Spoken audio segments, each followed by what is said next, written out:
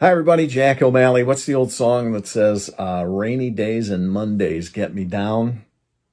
Well, today's a rainy day. That is a Monday. Yikes.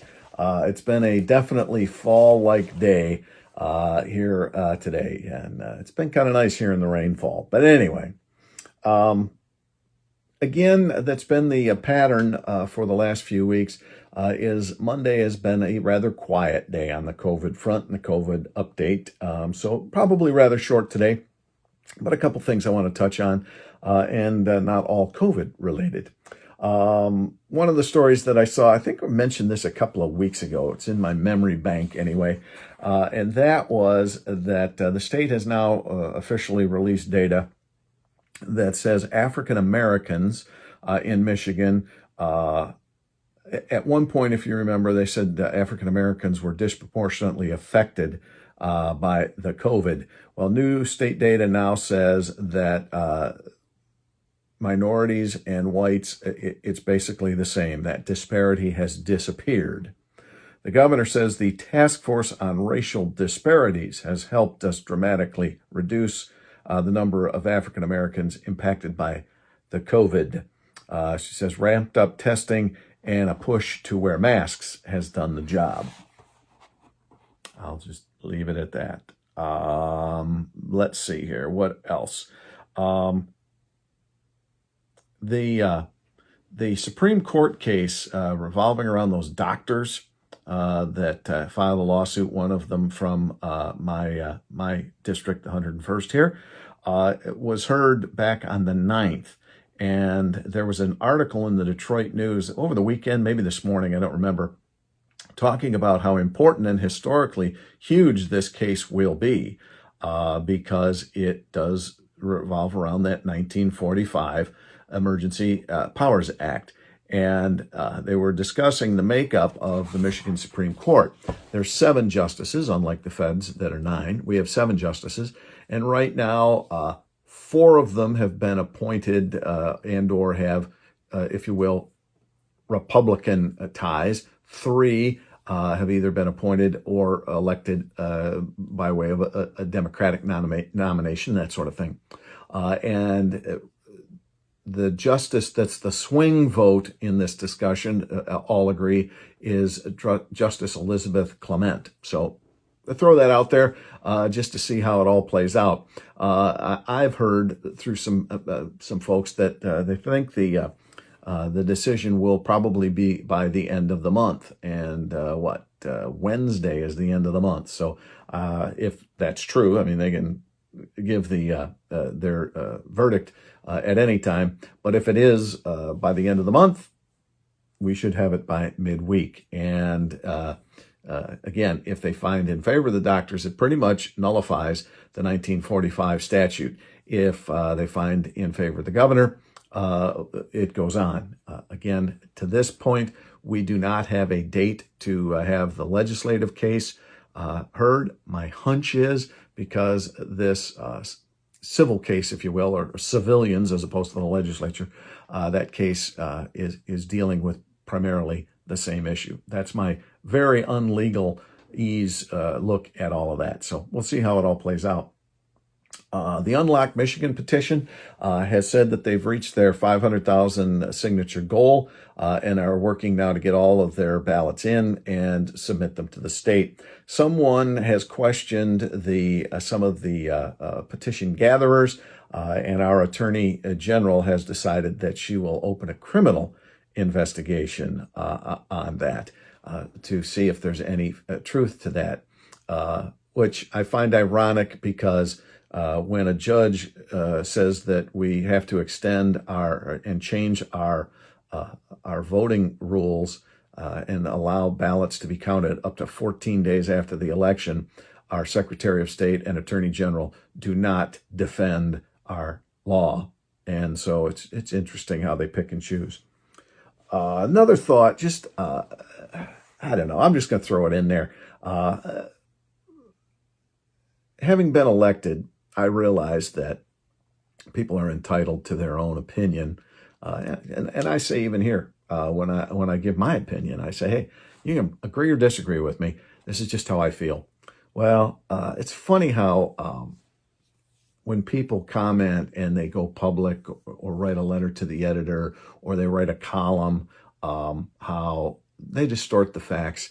I could even say lie and or leave out facts, and it's really unfortunate because I really see how in it how our whole political system has gotten to be just so banging heads. Discussion is almost a lost cause. And I got a call in the office the other day. It kind of upset one of my staffers. But this gentleman was on the phone pretty much yelling. Every other word was a cuss word.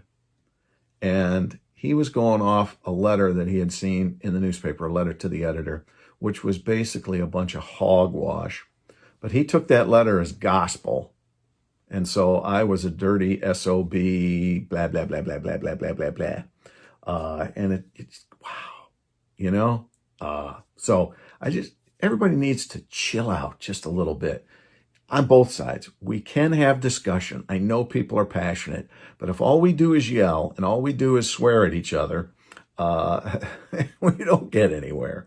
So just hang in there. And I know sometimes people will even, comment here, Jake, you're not ripping their heads off. Why aren't you screaming at them? Because somebody has to talk. Somebody has to, when the screaming's over there, grab the other reasonable people in the room and say, let's discuss this issue. And there are other reasonable people in the room.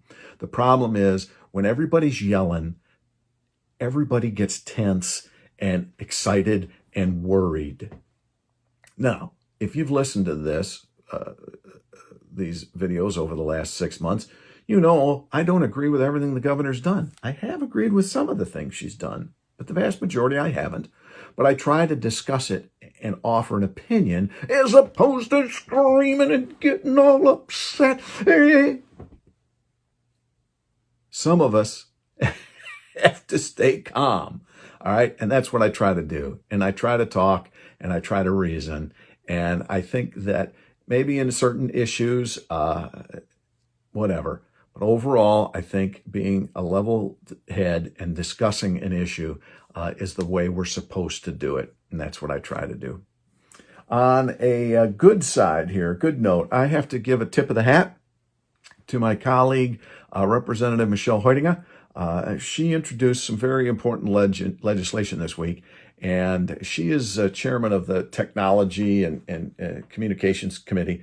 And I know she's been working on this for a couple of years. That's the other thing about legislation in Lansing. Everybody thinks, you can just bing, bang, boom it. And sometimes it works.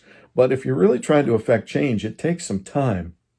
It's another reason why term limits, I think, are a bad thing, or at least the current restrictions that we have. I'll save that for another day because somebody will get all upset and say, throw the bums out. But I don't want to get into that today. But Michelle, Rep. Hoitinger, has a bill that is encouraging broadband expansion. And that has been one of the positives, if you will, of COVID.